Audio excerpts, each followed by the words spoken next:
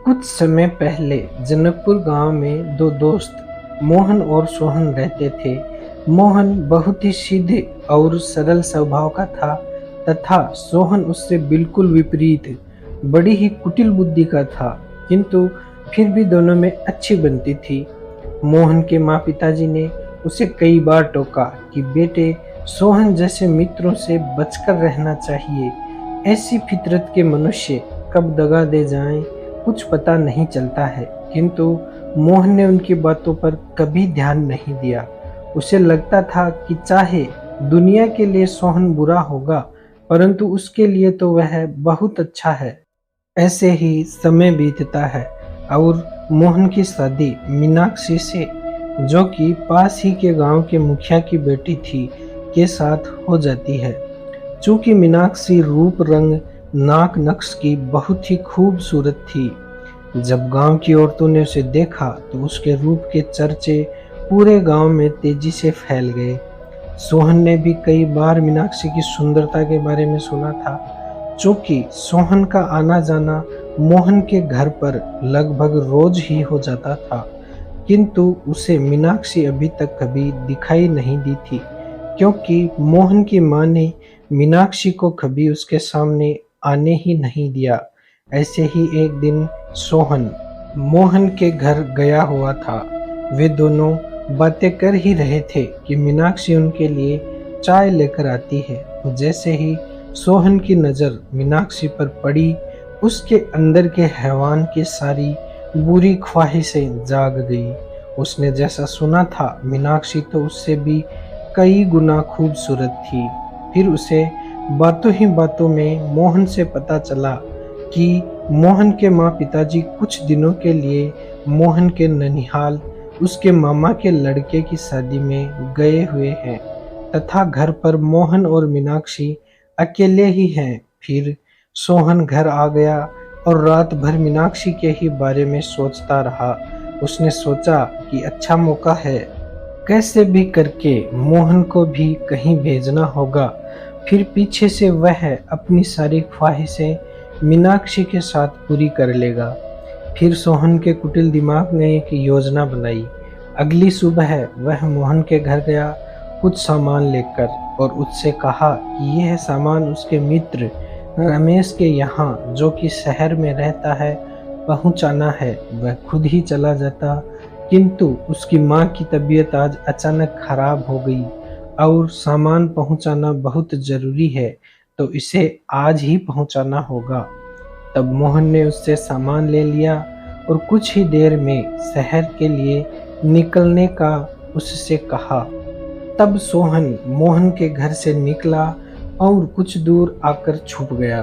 और जैसे ही मोहन घर से निकला तो कुछ ही क्षणों बाद वह मोहन के घर पहुंच गया। मीनाक्षी ने उसे कहा कि मोहन तो अभी अभी शहर के लिए निकले हैं, आप बैठिए, मैं चाय बनाकर लाती हूँ। जैसे ही मीनाक्षी चाय बनाने रसोई घर में गई तो पीछे पीछे सोहन भी वहाँ पहुँच गया और मीनाक्षी को पीछे से पकड़ लिया। जैसे ही सोहन ने मीनाक्षी को पकड़ा, उसने एक झन्नाटेदार थप्पड़ सोहन के गाल पर रशीद कर दिया और धक्का देकर उसे अपने से दूर किया। फिर मीनाक्षी गुस्से से, तुम्हारा दिमाग फिर गया है क्या? पता है ना मैं कौन हूँ? तुम्हारी इस नीच हरकत का पता मेरे पति मोहन को लगा तो वे तुम्हें कभी माफ़ नहीं करेंगे। अरे नीच मनुष्य, मेरे पति तो तुम्हें मेरी इज्जत का रखवाला समझते हैं और तू है कि इसी इज्जत पर कुदृष्टि डालता है। तू ही अपने मित्र की इज्जत को तार तार करना चाहता है। इधर कुछ दूर जाने के बाद मोहन ने जब सामान को देखा तो उसे पता चला कि सामान की एक पोटली तो वह घर ही भूल आया है। तो वह वापस घर पहुंचता है और उसने खिड़की के बाहर से सोहन की हरकत भी देखी और फिर मीनाक्षी का जवाब भी देखा। लेकिन सोहन और मीनाक्षी को पता नहीं था कि मोहन भी उन्हें देख रहा है। जैसे ही मीनाक्षी ने सोहन को यह सब कहा तो वो और भी गुस्से से भर गया और उसने फिर से मीनाक्षी को पकड़ने की कोशिश करी कि मोहन रसोई में पहुंच गया। मोहन को वहां देखकर मीनाक्षी दौड़कर मोहन से लिपट गई और रोने लगी। वह कुछ बोलती उससे पहले ही मोहन ने उसे अलग किया और एक जोरदार थप्पड़ सोहन को जड़ दिया। तो सोहन बोला, मित्र मुझे क्यों मारता है?